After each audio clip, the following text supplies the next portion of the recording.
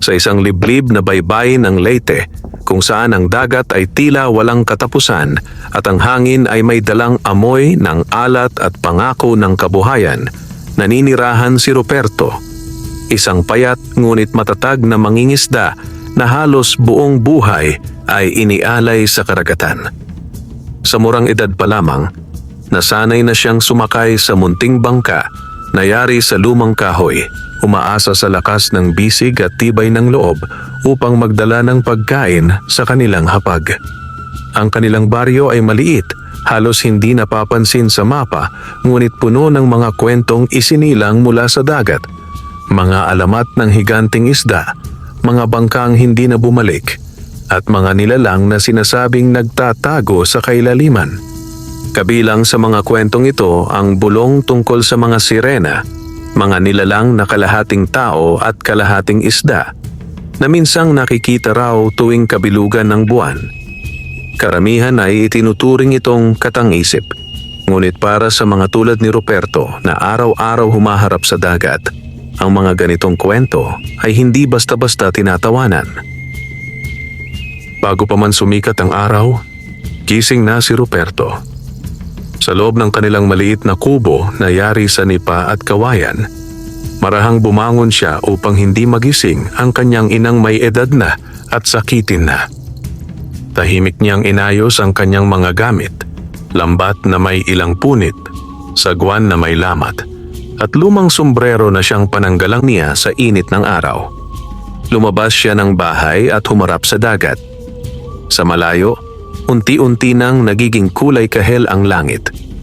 Ang mga alon ay marahang humahampas sa pampang, tila bumabati sa isa na namang araw ng pakikipagbuno sa buhay.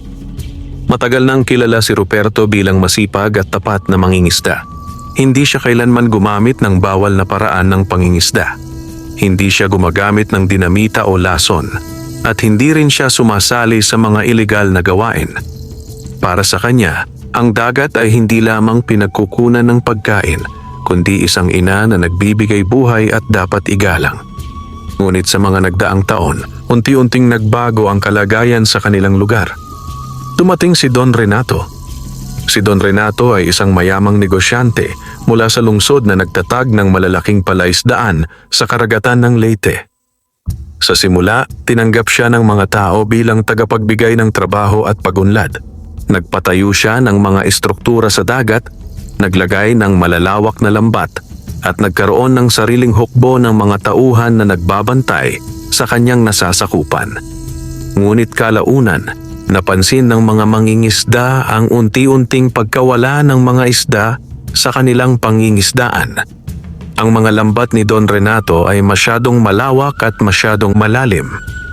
Kinukuha nito hindi lamang ang malalaking isda, kundi pati ang maliliit, ang mga itlog, at maging ang mga nilalang na hindi dapat mahuli. Marami ang natakot magsalita. Ang kapangyarihan at pera ni Don Renato ay sapat upang patahimikin ang sino mang kumontra. May mga mangingisdang nawala ang bangka, may nawalan ng kabuhayan, at may ilan pang tuluyang lumisan sa baryo. Si Ruperto ay isa sa iilang nanatiling tahimik ngunit nagmamasid. Sa araw na iyon, maagang pumalaot si Ruperto. Dahan-dahan niyang itinulak ang kanyang bangka sa tubig at nagsimulang magsagwan patungo sa mas malalim na bahagi ng dagat. Ang araw ay unti-unting sumisilip sa abot tanaw at ang liwanag nito ay naglalaro sa ibabaw ng alon. Habang papalayo siya sa pampang, napansin niya ang malalaking poste at lambat ng palaisdaan ni Don Renato. Parang higanting sapot ang mga ito na humahati sa dagat. Sa bawat pagdaan niya roon, nakakaramdam siya ng lungkot at pangamba.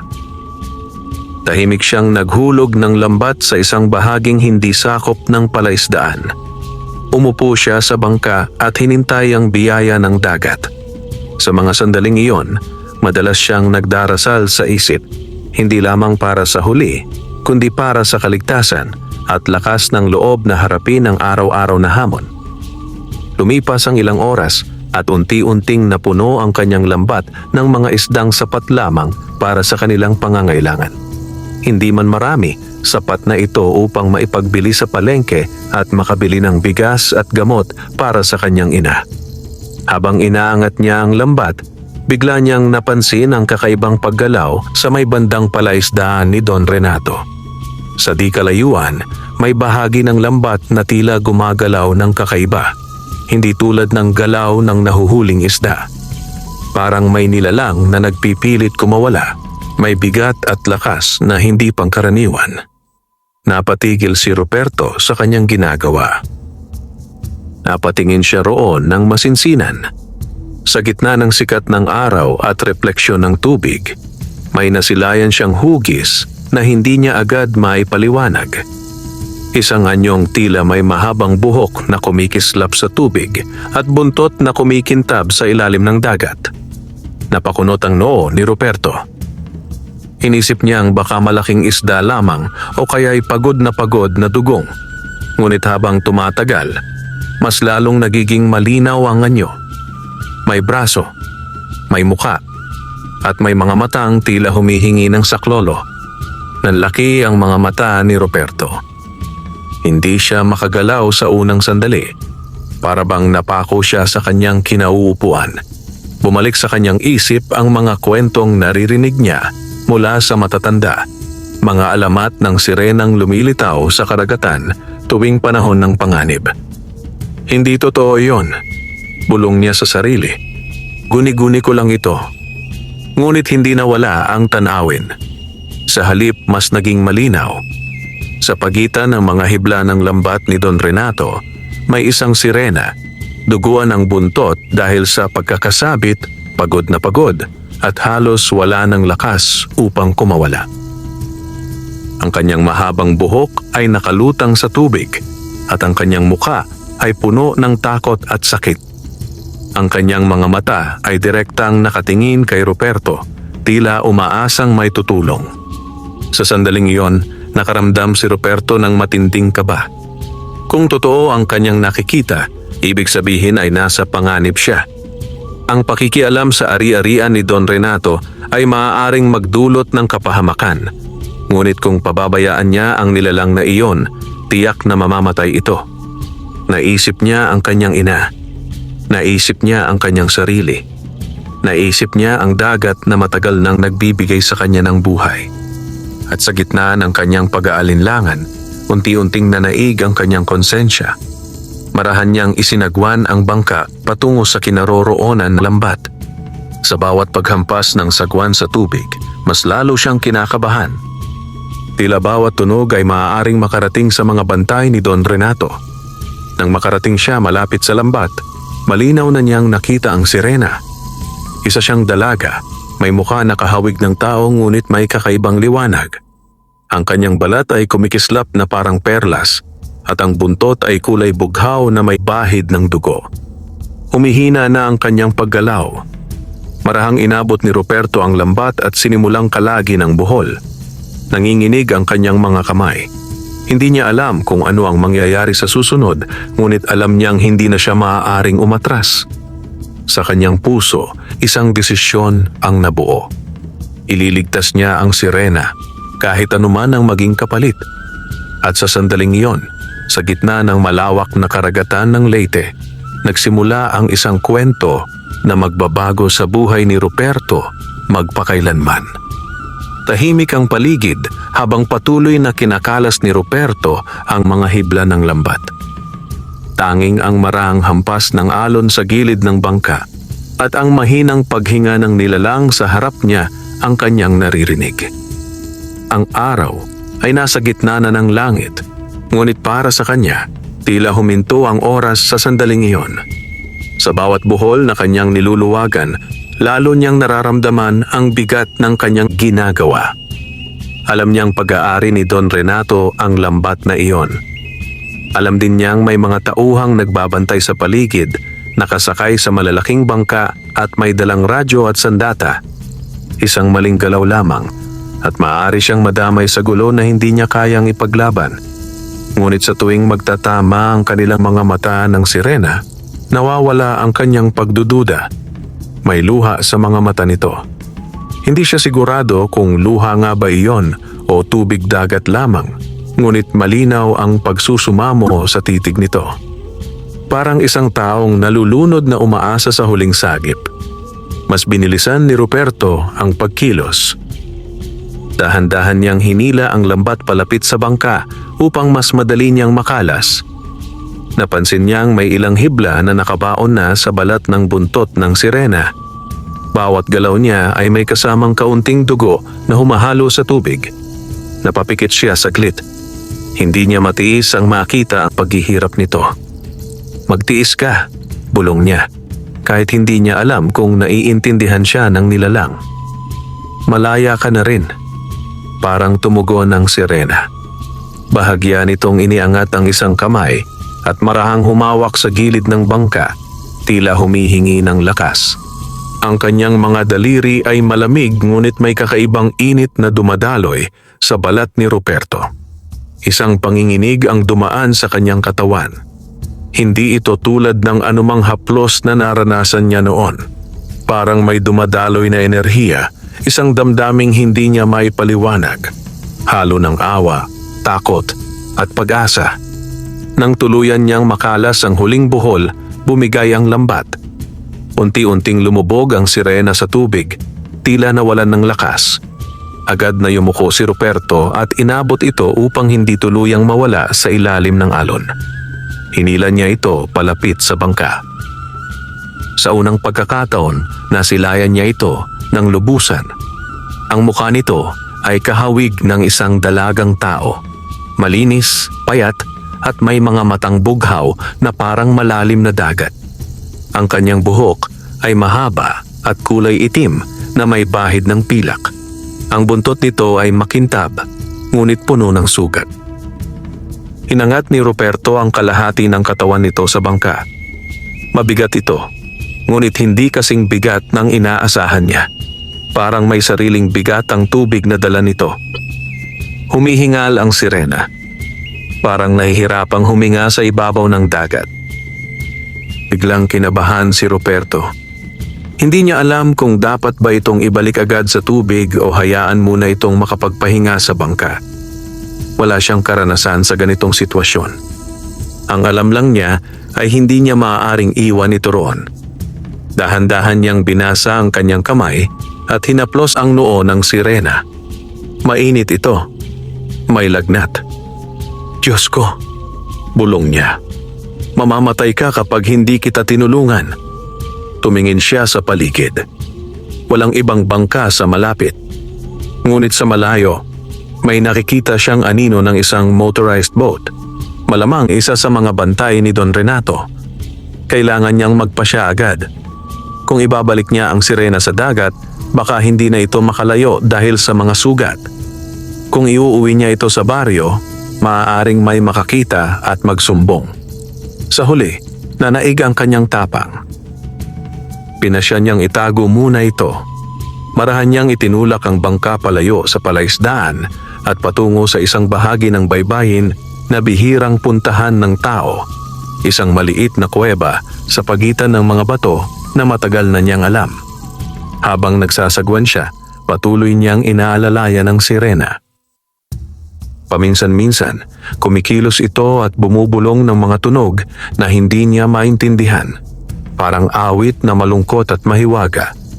Ang tunog na iyon ay umaabot sa kanyang dibdib, tila dumidiretso sa kanyang puso. Parang panalangin, parang pasasalamat. Nang makarating sila sa maliit na kuweba, maingat niyang inilapit ang bangka sa mga bato. Ang lugar ay natatabingan ng mga punong bakawan at malalaking tipak ng bato, kaya hindi ito madaling makita mula sa malayo. Binuhat niya ang sirena ng buong ingat at inilagay ito sa mababaw na bahagi ng tubig sa loob ng kuweba. Doon, malinaw ang tubig at tahimik ang paligid. Parang ligtas. Dahan-dahang gumalaw ang sirena. Unti-unti nitong idinilat ang mga mata at tumingin kay Ruperto. Sa unang pagkakataon, nagsalita ito. Hindi sa salita, kundi sa isip.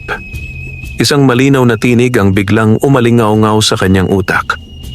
"Salamat," Hindi mo ako iniwan. Napatigil si Ruperto. Nanlaki ang kanyang mga mata. Napaatras siya ng bahagya, halos mahulog sa tubig. Humawak siya sa kanyang dibdib, hinihingal. Ano yon? Bulong niya sa sarili. Ngunit muling narinig niya ang tinig. Mahalaga ang ginawa mo, Ruperto. Lalong nanlamig ang kanyang katawan. Paano nito nalaman ang kanyang pangalan?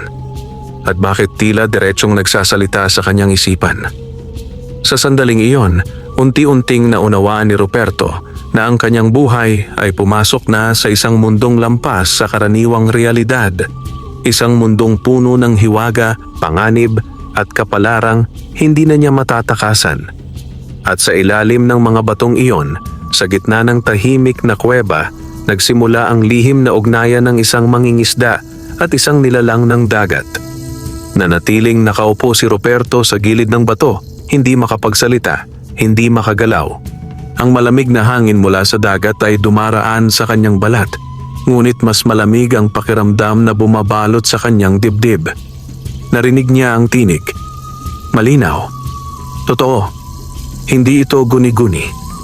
Mula iyon sa sirena na ngayon ay nakahiga sa mababaw na tubig ng kuweba, bahagyang humihinga, pilit na kinakalaban ng sakit na dulot ng mga sugat sa kanyang buntot. Unti-unti siyang lumapit. Maingat ang bawat hakbang, parang baka maglaho ang lahat kapag siya ay nagkamali ng galaw. Paano mo nalaman ang pangalan ko? Mahina niyang tanong. Hindi niya alam kung kailangan ba niyang magsalita ng malakas o sa isip lamang, ngunit kusa na lamang lumabas ang salita sa kanyang labi. Napatingin sa kanya ang sirena. May kakaibang liwanag sa kanyang mga mata, parang sumasalamin ang buong dagat sa loob nito. Ang dagat ang nagsabi sa akin, muling umalingaw-ngaw ang tinig sa kanyang isipan. Ang bawat alon, bawat hangin, bawat nilalang ay may kwento. Naririnig namin iyon. Napakunot ang noo ni Ruperto. Hindi niya lubos maunawaan ang sinasabi nito, ngunit ramdam niya ang katotohanan sa bawat salita. Hindi kita sasaktan, dagdag ng tinig. Kung iyon ang ikinakatakot mo, huminga ng malalim si Ruperto. Hindi ako natatakot sa iyo, sagot niya.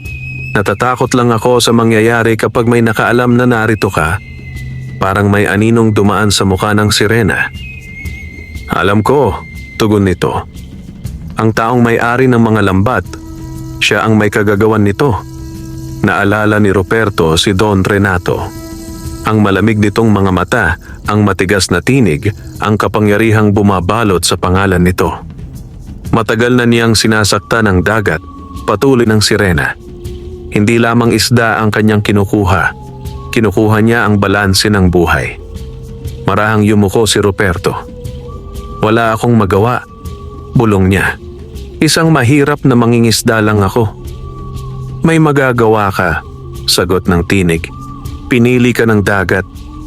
Napatingala siya. Ako? Bakit ako? Dahan-dahang iniangat ng sirena ang kanyang kamay at itinuro ang dibdib ni Ruperto. Dahil hindi mo tinalikuran ang nangangailangan, sabi nito. Sa panahong ang iba ay pipili ng katahimikan, pinili mo ang tama. Natahimik siya. Naalala niya ang lahat ng pagkakataong pinili niyang manahimik, ang lahat ng pagkakataong umiwas siya sa gulo. Ngunit sa araw na iyon, iba ang kanyang naging pasya. Marahang gumalaw ang sirena. Pinilit nitong umupo, kahit halatang masakit ang bawat galaw. Agad na lumapit si Ruperto. Huwag ka munang gagalaw, sabi niya. Masasaktan ka. Gagaling din ako, sagot nito. Ngunit kailangan ko ng tulong mo. Tulong? Ulit niya. Oo, tugon nito. Kailangan kong makabalik sa aming kaharian sa kailaliman. Doon lamang ako tuluyang gagaling. Kaharian? Bulong ni Ruperto. Sa ilalim ng dagat, paliwanag nito. Isang lugar na hindi naaabot ng inyong mundo. Tahimik siyang nakinig. Parang nanonood ng isang panaginip habang gising.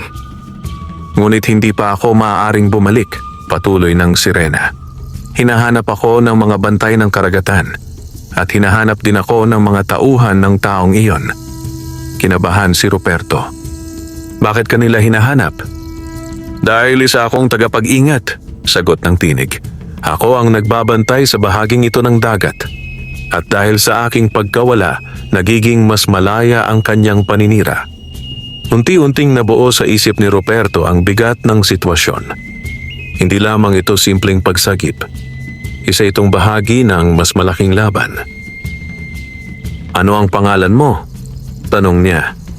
May bahagyang ngiti ang lumitaw sa mukha ng sirena. Alira, sagot nito. Ako si Alira ng Silangang Karagatan.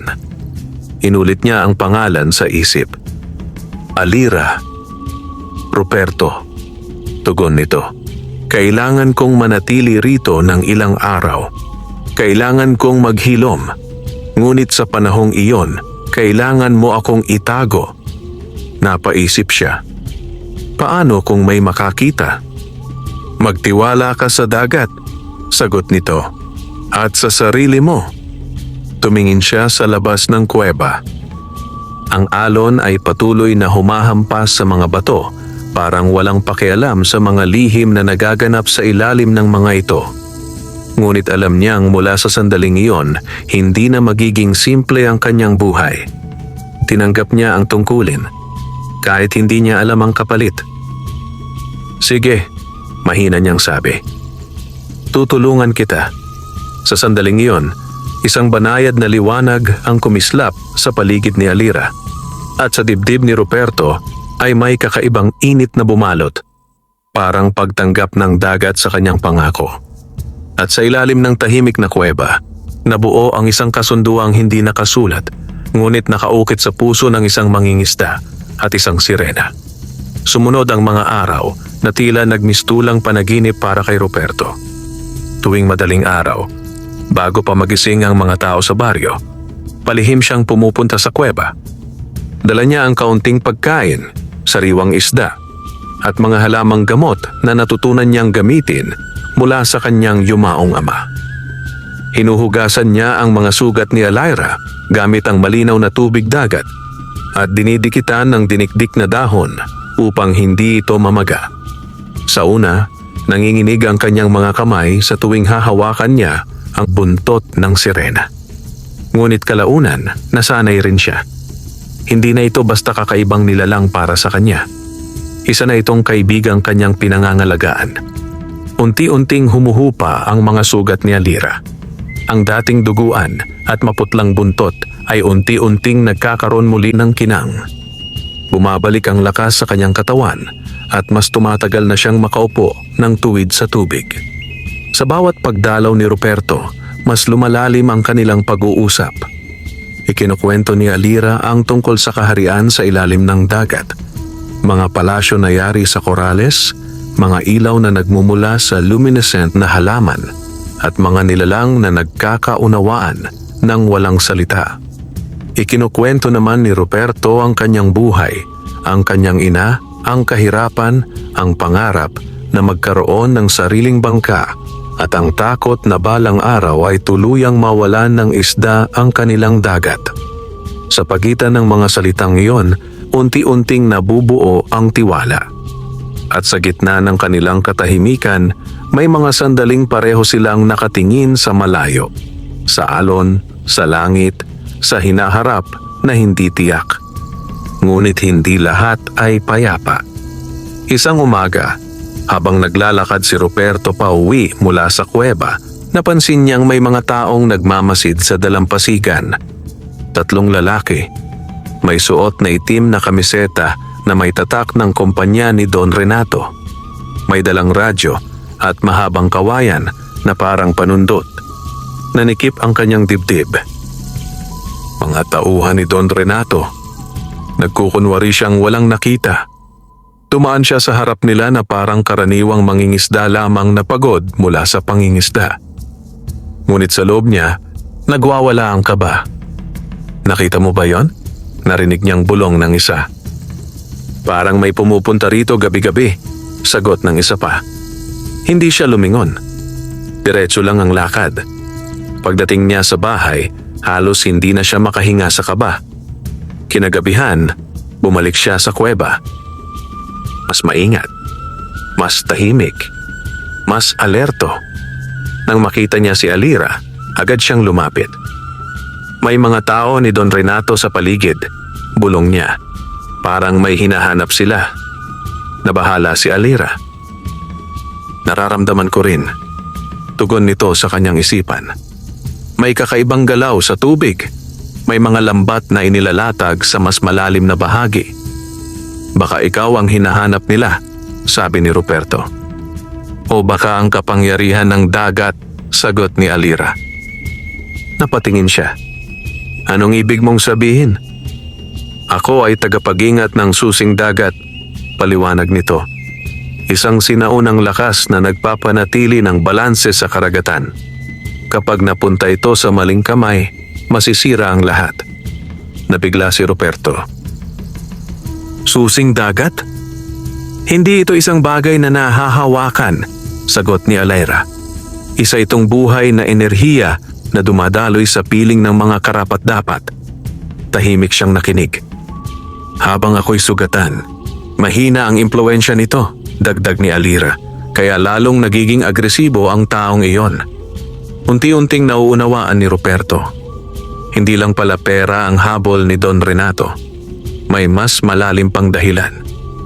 Kailangan mo nang gumaling, sabi niya, para makabalik ka na. Hindi pa, sagot ni Alira. May isa pang kailangang mangyari. Ano? Tumingin ito sa kanya. Direkta. Matindi. Kailangan mong maging bahagi ng laban. Nanlamig si Ruperto. Ako? Paano? Darating ang panahon, sagot nito. At malalaman mo rin. Sa sandaling iyon, may narinig silang tunog mula sa labas ng kuweba. Yapak. Mga yabag na papalapit. May humahanap. May nakakaamoy ng lihim. At sa dilim ng gabi, unti-unting nagiging mapanganib ang mundo ni Ruperto. Isang mundo na hindi na niya basta matatakasan. Napatigil sa paghinga si Ruperto nang marinig ang mga yabag sa labas ng kuweba. Hindi iyon karaniwang tunog ng alon na humahampas sa bato. Hindi rin iyon lagaslas ng hangin sa mga dahon. Iyon ay yabag ng tao, mabigat, maingat at sinasadya. Agad niyang sinenyasan si Alira na manahimik. Hinilapat niya ang daliri sa kanyang labi at dahan-dahang yumuko sa likod ng isang malaking bato. Kahit alam niyang hindi siya nakikita sa dilim, kusang kumilos ang kanyang katawan sa takot. Sa labas ng kuweba, unti-unting luminaw ang mga anino. 3 figura ang lumitaw sa bungad. May dala silang flashlight.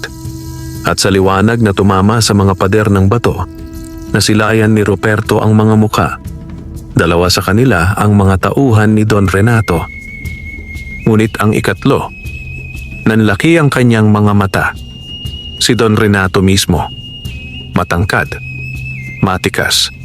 May suot na puting polo na hindi man lang nadumihan ng alat ng dagat. Ang kanyang mga mata ay malamig, parang bakal. Tahimik itong tumayo sa bungad ng kuweba at pinagmasdan ng loob. Tila sinusuri ang bawat sulok. Sigurado ka bang dito napunta? Tanong niya sa isa sa mga tauhan. Opo, Don, sagot nito. May nakita kaming bangka rito kagabi. Sumikip ang dibdib ni Ruperto. Ang kanyang bangka. May kakaibang galaw sa dagat nitong mga huling araw, sabi ni Don Renato. Parang may nagtatago. Dahan-dahang pumasok ang mga tauhan. Tinamaan ng ilaw ng flashlight ang tubig kung saan naroon si Alira. Mabilis na lumubog si Alira ng bahagya. Itinago ang buntot sa ilalim ng anino ng bato. Ngunit bahagyang kumislap ang kanyang kaliskis. Saglit. Ngunit sapat. Napakunot ang noo ng isang tauhan. Don, parang may gumalaw. Lumapit si Don Renato. Tumingin siya ng masinsinan. Huminto ang oras para kay Ruperto. Sa loob-loob niya, handa na siyang sumigaw, tumakbo o magpakamatay para mailigtas si Alira. Ngunit biglang humampas ang isang alon sa labas ng kuweba. Sumabay ang pagragasa ng tubig. Umagos ang bula at hamog sa loob. Nabura ang anumang bakas. Napaatras ang tauhan. Baka isda lang, sabi nito. Nanatiling tahimik si Don Renato. Matagal. Parang may iniisip. Parang may hinihinala. Sa huli, marahan siyang ngumiti. Ngunit hindi iyon ngiti ng saya. Ngiti iyon ng taong may balak. Magbantay kayo, utos niya. Palawakin ang lambat. Walang lalabas sa bahaging ito nang hindi ko nalalaman. Opo, Don. Sabay-sabay na sagot ng mga tauhan. Umalis sila. Unti-unting nawala ang kanilang mga yabag. Nang tuluyang maglaho ang tunog, saka lamang huminga ng malalim si Ruperto. Parang ngayon lang niya napansin na halos hindi siya humihinga kanina. Lumabas siya sa likod ng bato. Nilapitan si Alira. Ayos ka lang? Bulong niya. Tumango si Alira. Salamat, sabi ng tinig nito sa kanyang isipan. Kung hindi dahil sa iyo, umiling si Ruperto. Huwag ka nang magsalita. Delikado na. Umupo siya sa tabi ng tubig. Nanginginig pa rin ang kanyang mga kamay. Bakit siya mismo ang nagpunta rito? Tanong niya. Dahil nararamdaman niya ang pagbabago, sagot ni Alira. Kahit hindi niya ito nauunawaan, alam niyang may kapangyarihang gumagalaw laban sa kanya. Napabuntong hininga si Ruperto. Hindi ako handa sa ganito, sabi niya. Isang mangingisda lang ako. Ngunit ikaw ang pinili, tugon ni Alira. Tahimik silang dalawa. Sa labas, patuloy ang pag-ugong ng dagat. Sa loob, may bumubuong panganib. Maya-maya, muling nagsalita si Alira. Ruperto, kailangan na nating maghanda. Maghanda sa ano? Sa digmaan ng dagat at kasakiman, sagot nito. Napatingin siya. Darating ang panahon na hindi na sapat ang pagtatago. At sa gabing iyon, sa ilalim ng malamlam na liwanag ng buwan, unti-unting nauunawaan ni Ruperto na ang kanyang kaligtasan at ang kapalaran ng karagatan ay magkaugnay na. At si Don Renato ang magiging pinakamalaking hadlang sa kanilang landas. Mula ng gabing muntik na silang madiskubre, hindi na muling naging payapa ang mga araw ni Ruperto. Sa bawat paglalayag niya, ramdam niya ang mga matang nagmamasid. Sa bawat pagdaong niya sa pampang, tila may mga aninong sumusunod. Ang dating tahimik na baryo ay napuno ng mga tauhan ni Don Renato. Naglalakad sa dalampasigan, nagmamasid sa mga bangka at nagtatanong sa mga mangingisda. Ngunit sa kabila ng takot, hindi tumigil si Ruperto. Araw-araw pa rin siyang bumabalik sa kuweba. Araw-araw pa rin niyang inaalagaan si Alira. At sa bawat araw, mas lumalakas ang sirena. Ang mga sugat sa kanyang buntot ay halos tuluyan ng naghilom. Ang dating maputlang balat ay muli nang kumikislap sa liwanag ng tubig. Ang kanyang mga mata ay nagbabalik ang sigla at ang kanyang tinig sa isip ni Ruperto ay mas malinaw na ngayon. Isang gabi, habang nakaupo sila sa tabi ng malinaw na tubig, biglang nagsalita si Alira. Panahon na, sabi nito. Panahon na ng alin? Tanong ni Ruperto. Panata, tugon nito.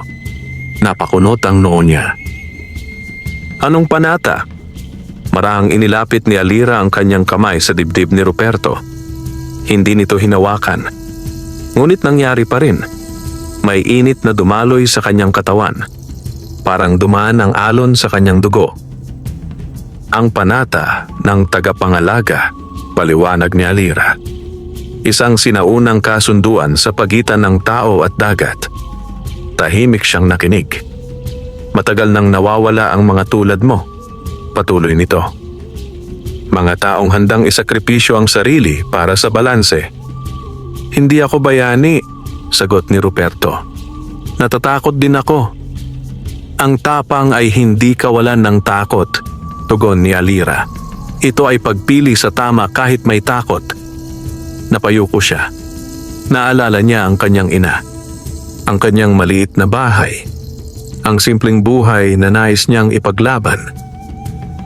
Kapag tinanggap mo ang panatang ito, sabi ni Alira, magiging bukas ang iyong diwa sa tinig ng dagat. Mararamdaman mo ang sakit nito at ang lakas nito. May kapalit ba? Tanong niya. Oo, sagot nito. Hindi ka na magiging karaniwan. Natahimik si Ruperto. Matagal. Parang sinusukat niya ang buong buhay niya sa iisang sandali. Sa huli, tumingala siya. Kung ito ang paraan para maprotektahan ang dagat at ang mga tao rito, tatanggapin ko. Ngumiti si Alira. Isang ngiting puno ng pasasalamat at pag-asa. Maraan itong inawit ang isang himig na hindi niya kailanman narinig. Hindi iyon kanta ng tao. Hindi rin kanta ng ibon.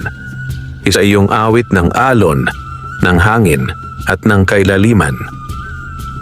Habang umaawit ito, unti-unting nagbago ang paligid.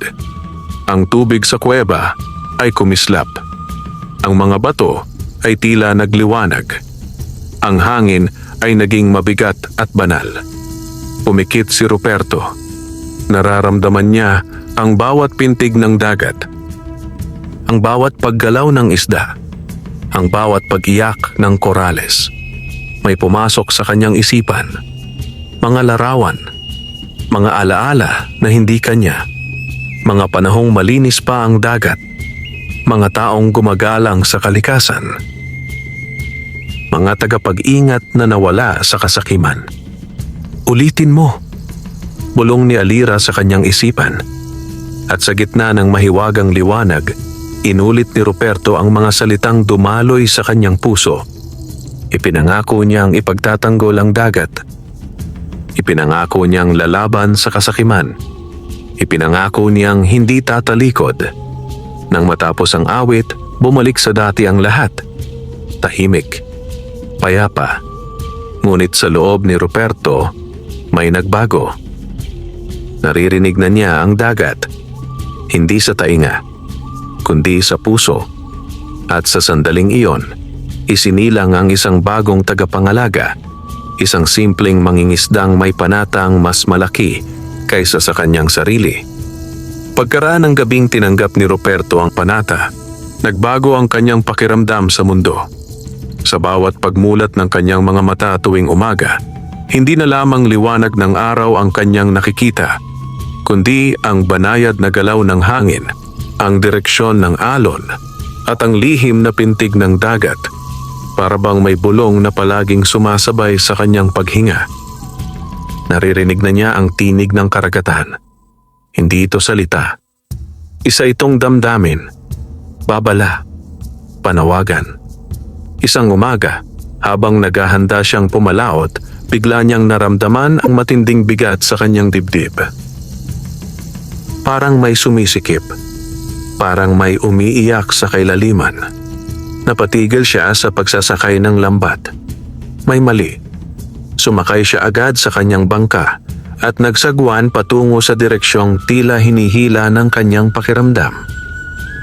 Hindi niya alam kung saan siya dadalhin nito. Alam lang niya na kailangan niyang sundin.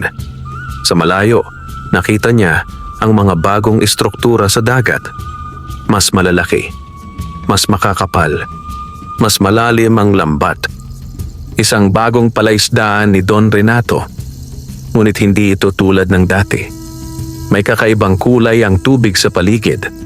Mapusyaw na berde. Parang nalalason. Habang papalapit siya, mas lalong bumibigat ang kanyang dibdib. Parang hinihigop ang kanyang lakas. Nang sumilip siya sa ilalim ng bangka, nanlaki ang kanyang mga mata. Daang-daang isda ang nakulong sa lambat. Ngunit hindi sila gumagalaw. Patay. O halos patay na. May mga pawikan. May maliliit na pating. May mga tikya. Lahat ay naghihingalo. biktima ng kemikal na itinapon sa tubig upang mapadali ang paghuli. Naramdaman ni Ruperto ang galit. Hindi ito tulad ng dati. Hindi ito simpleng inis.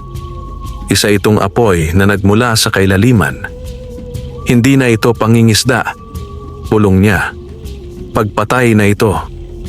Biglang umalingaw-ngaw ang tinig ni Alira sa kanyang isipan. Dumating na ang unang pagsubok. Napatingin siya sa paligid. "Nasaan ka?" tanong niya. "Narito ako," sagot nito. "Sa agos, sa hangin, sa tubig." Huminga siya ng malalim. "Ano ang gagawin ko?" "Pakinggan mo ang dagat," tugon nito.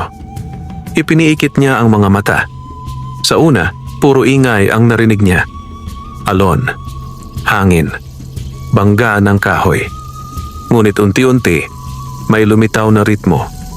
Isang pulso. Isang direksyon. Dahan-dahan niyang inilagay ang kanyang kamay sa tubig. Mainit. Mas mainit kaysa karaniwan. May lason. Bulong niya.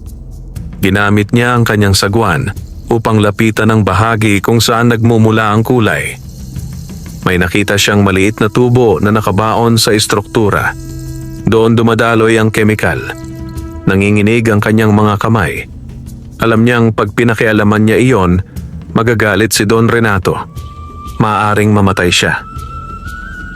Ngunit naalala niya ang panata. Kinuha niya ang kanyang kutsilyo, isang lumang kutsilyong ginagamit niya sa pag-aayos ng lambat. Huminga siya ng malalim at buong lakas na pinutol ang tubo. Sumirit ang madilim na likido. Kumalat sa tubig. Ngunit kasabay nito, huminto ang daloy. Biglang umalon ang dagat. Hindi malakas. Ngunit sapat para paghiwa-hiwalay ng lason. Unti-unting nagbago ang kulay ng tubig. Dahan-dahang luminaw. May ilang isda ang gumalaw. May ilang pawikan ang pumiglas. Hindi lahat ay naligtas. Ngunit may ilan.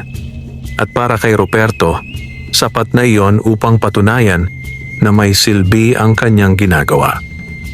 Ngunit hindi pa siya nakakalayo nang may marinig siyang sigaw. "Hoy!" Napalingon siya. Isang bangka ang paparating. May 3 tauhan ni Don Renato. Galit ang mga muka. May hawak na pamalo.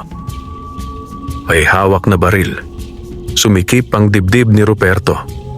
Ito na, ang bunga ng kanyang unang laban. At sa gitna ng dagat, sa pagitan ng tama at panganib, haharapin niya ang unang tunay na pagsubok bilang tagapangalaga ng karagatan. Mabilis na tumibok ang puso ni Ruperto nang makita ang papalapit na bangka ng mga tauhan ni Don Renato. Ang makina nito ay umuugong ng malakas, tila galit na hayop na handang sumakmal. Ang alon ay nahahawi sa bawat ikot ng propeller at ang tubig ay bumubula sa likuran nito. Wala siyang armas. Wala siyang kasama. Isang lumang bangka lamang at isang pusong puno ng panata ang kanyang sandata. "Tumakbo ka!" Bulong ng isang tinig sa kanyang isipan. Boses ni Alira. "Hindi ko sila matatakasan," sagot niya sa isip. "Mas mabilis ang bangka nila." "Hindi sa bilis," tugon nito. "Sa tiwala." Huminga siya ng malalim. Hinawakan niya ang gilid ng bangka. Ipinikit ang mga mata. At muling nakinig sa dagat. Narinig niya ang galaw ng agos. Narinig niya ang pag-ikot ng hangin. Narinig niya ang pintig ng kailaliman. Biglang nagbago ang direksyon ng alon. Hindi malaki, ngunit sapat. Ang kanyang bangka ay dahan-dahang itinulak pa kanan, palayo sa tuwid na linya ng mga humahabol. "Huminto ka!" Sigaw ng isa sa mga tauhan. Hindi siya lumingon. Patuloy siyang nagsagwan. Mas lumakas ang hangin. Biglang dumilim ang langit. May mga ulap na nagtipon na parang pader. Hindi inaasahang unos. Ngunit hindi aksidente. Ramdam ni Ruperto ang presensya ng dagat. Tumutulong ito. Lumakas ang alon. Ang bangka ng mga tauhan ay umalon ng malakas. Nawala. Sa balanse ang isa. Napahawak sa gilid. Bagyo to! Sigaw ng isa pa. Ngunit alam ni Ruperto, hindi pa ito bagyo. Isa lamang itong babala. Ginabayan siya ng agos patungo sa isang mabatong bahagi ng karagatan na alam niya simula pa pagkabata. Isang lugar na puno ng makikitid na daanan sa pagitan ng mga tipak ng bato. Mabagal ang kanyang bangka. Ngunit siya ang may alam sa daan. Siya ang anak ng dagat. Maingat niyang inilusot ang bangka sa pagitan ng mga bato. Sumunod ang mga tauhan. Ngunit hindi sila sanay. Isang maling liko. Isang maling tantya.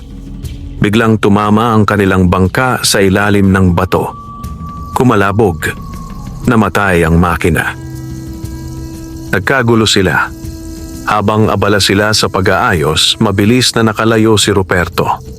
Nang tuluyan na siyang makarating sa ligtas na bahagi, saka lamang bumagal ang kanyang paghinga.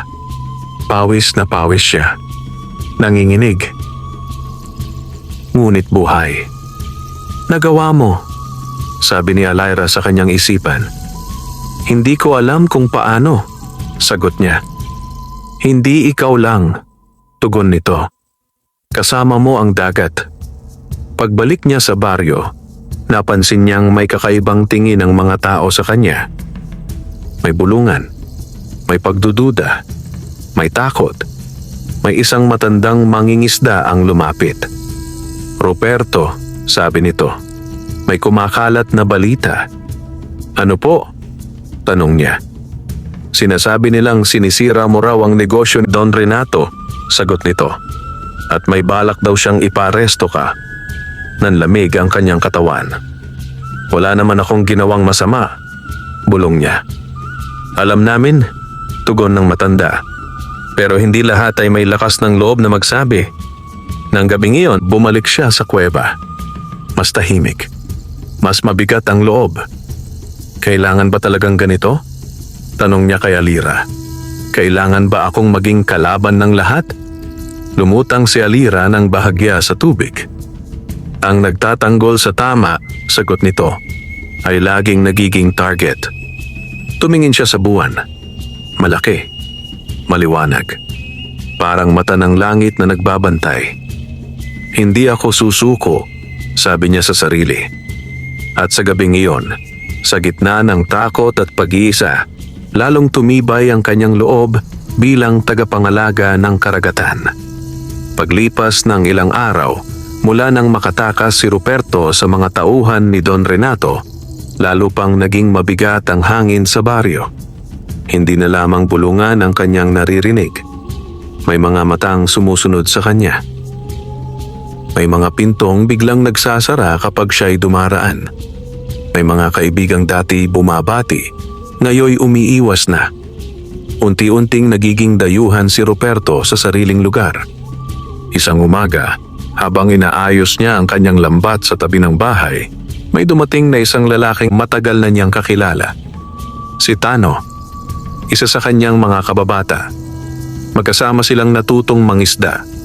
Magkasama silang nagutom. Magkasama silang nangarap. Ruperto, sabi ni Tano, pilit nang ngumiti. Pwede ba tayong mag-usap? Nagulat si Ruperto. Matagal na siyang hindi nilalapitan ni Tano. Oo naman, sagot niya. Naglakad sila papunta sa likod ng mga punong niyog, malayo sa ibang tao. Tahimik si Tano. Parang may dinadala sa dibdib. Ano ba yon? Tanong ni Ruperto. Huminga ng malalim si Tano. Kaibigan, mag-ingat ka, sabi nito. May utos si Don Renato. Nanlaki ang mga mata ni Ruperto. Anong utos? Pinapahanap ka, sagot ni Tano. Gusto kanyang hulihin. May ebidensya raw siyang sinira mo ang kanyang ari-arian. Nanikip ang dibdib ni Ruperto. Kailan pa? Kagabi, tugon ni Tano. May mga pulis na dadalhin dito. Napahawak si Ruperto sa kanyang ulo. Bakit mo sinasabi sa akin ito? Tanong niya. Napayuko si Tano. Dahil may kapalit. Mahinang sagot nito. Anong kapalit? Pera, amin ni Tano. Malaki. Kapag itinuro kita kung nasaan ka madalas pumunta. Natahimik si Ruperto. Parang may tumusok sa kanyang dibdib. Tinanggap mo ba? Tanong niya. Hindi agad sumagot si Tano. Sa huli, tumango ito. Oo, kailangan ko. May sakit ang anak ko. Napapikit si Ruperto. Hindi siya nagalit. Hindi siya sumigaw. Mas masakit ang tahimik na pagkakaunawa. Kaya mo ako dinala rito, sabi niya. Para alamin kung totoo ang balita? Tumango si Tano. Patawad kaibigan. Tumalikod si Ruperto. Salamat sa babala, mahinang sabi niya. At salamat sa katotohanan. Umalis siya nang hindi na lumingon. Nang gabing iyon, nagmamadali siyang pumunta sa kuweba. Nalalaman na nila, sabi niya kay Alira. May nagsumbong. Hindi na niya binanggit ang pangalan. Naintindihan na ni Alira. Darating na ang huling yugto, tugon nito. Hindi na tayo maaaring manatili rito. Ano ang gagawin natin? Tanong niya. Harapin natin siya, sagot ni Alira. Paano? Sa liwanag, tugon nito. At sa katotohanan. Sa sandaling iyon, umalo ng tubig sa loob ng kuweba. May kumislap na liwanag mula sa kailaliman. Isang tanda. Isang paanyaya. Ang dagat ay handa na. At si Ruperto rin. Paglipas ng ilang araw mula nang makatakas si Ruperto sa mga tauhan ni Don Renato, lalo pang naging mabigat ang hangin sa baryo. Hindi na lamang bulungan ang kanyang naririnig. May mga matang sumusunod sa kanya. May mga pintong biglang nagsasara kapag siya'y dumaraan. May mga kaibigang dati bumabati, ngayoy umiiwas na. Unti-unting nagiging dayuhan si Ruperto sa sariling lugar. Isang umaga, habang inaayos niya ang kanyang lambat sa tabi ng bahay, may dumating na isang lalaking matagal na niyang kakilala.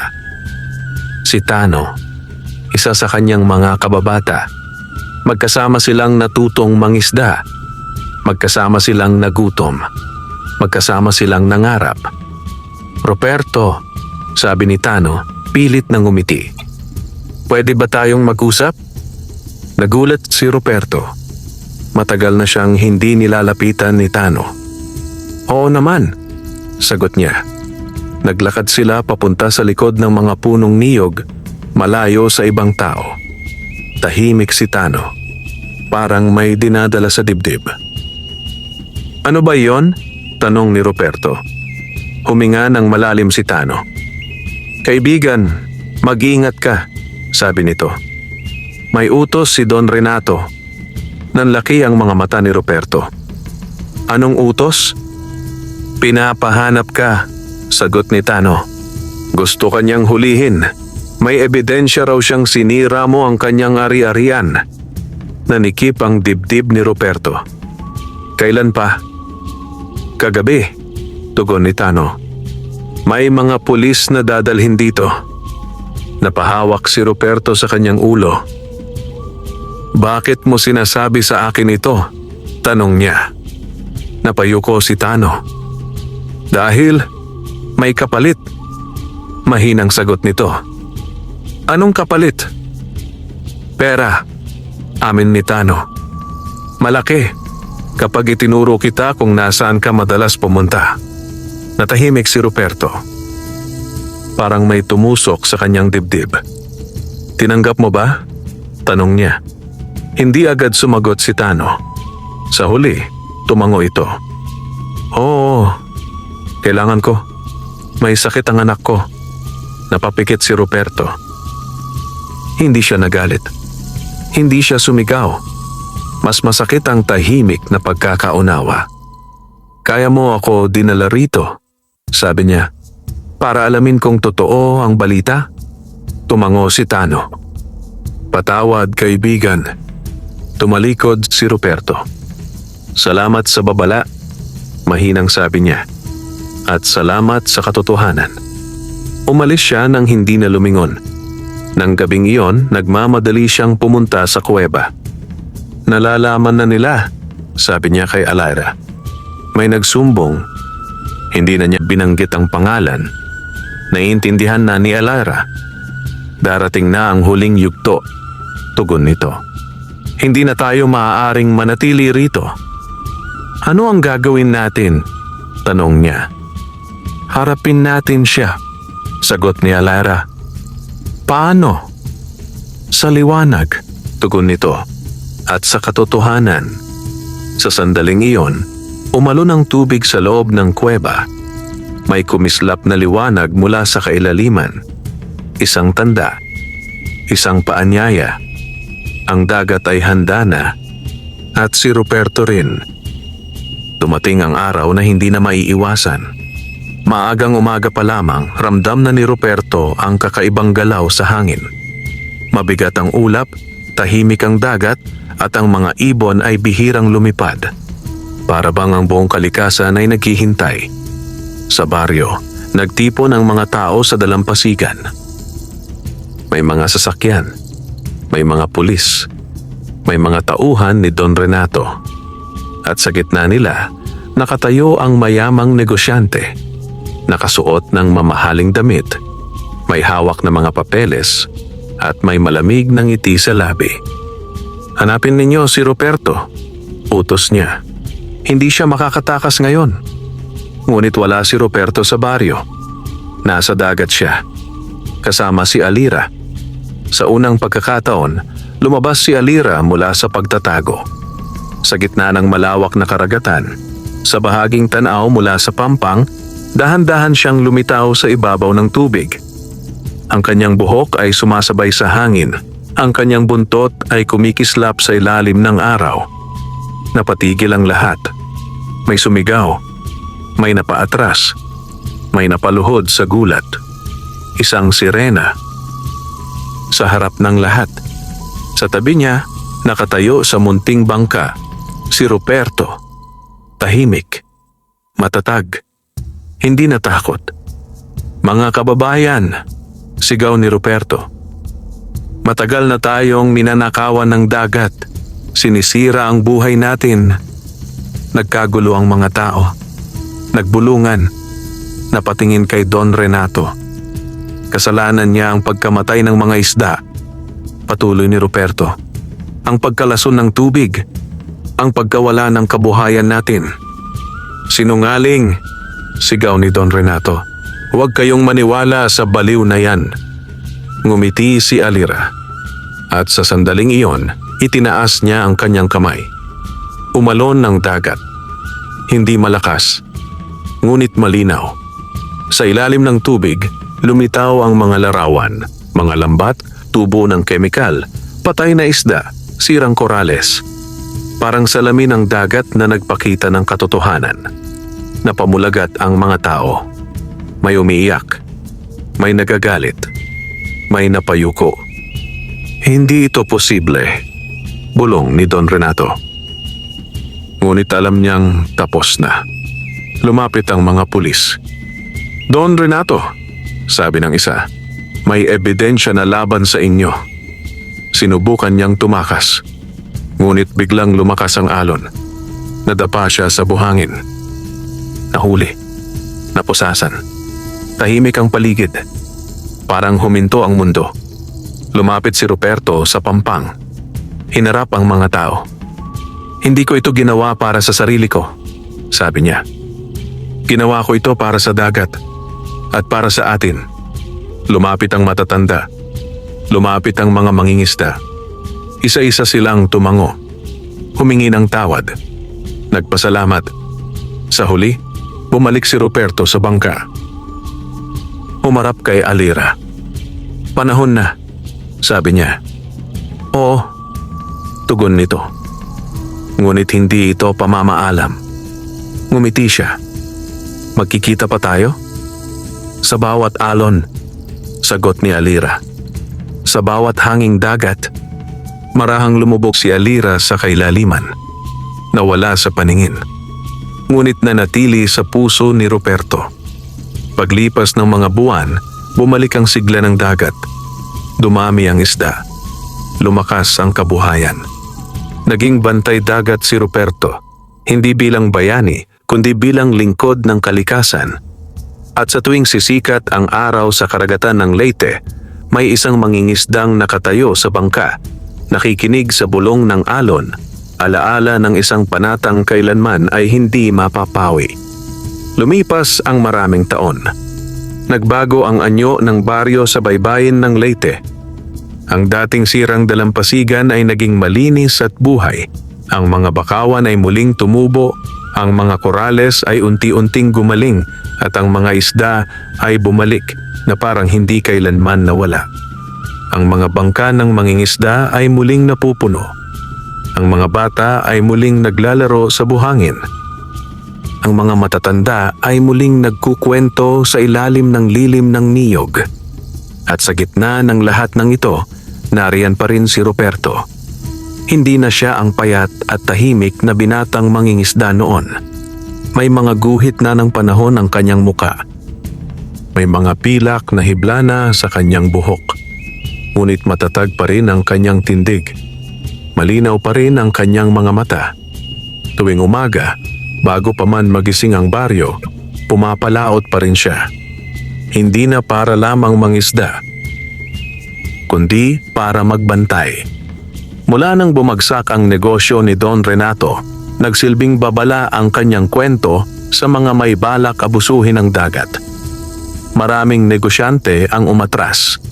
Maraming proyekto ang kinansela. Unti-unting natutong makinig ang mga tao sa tinig ng kalikasan.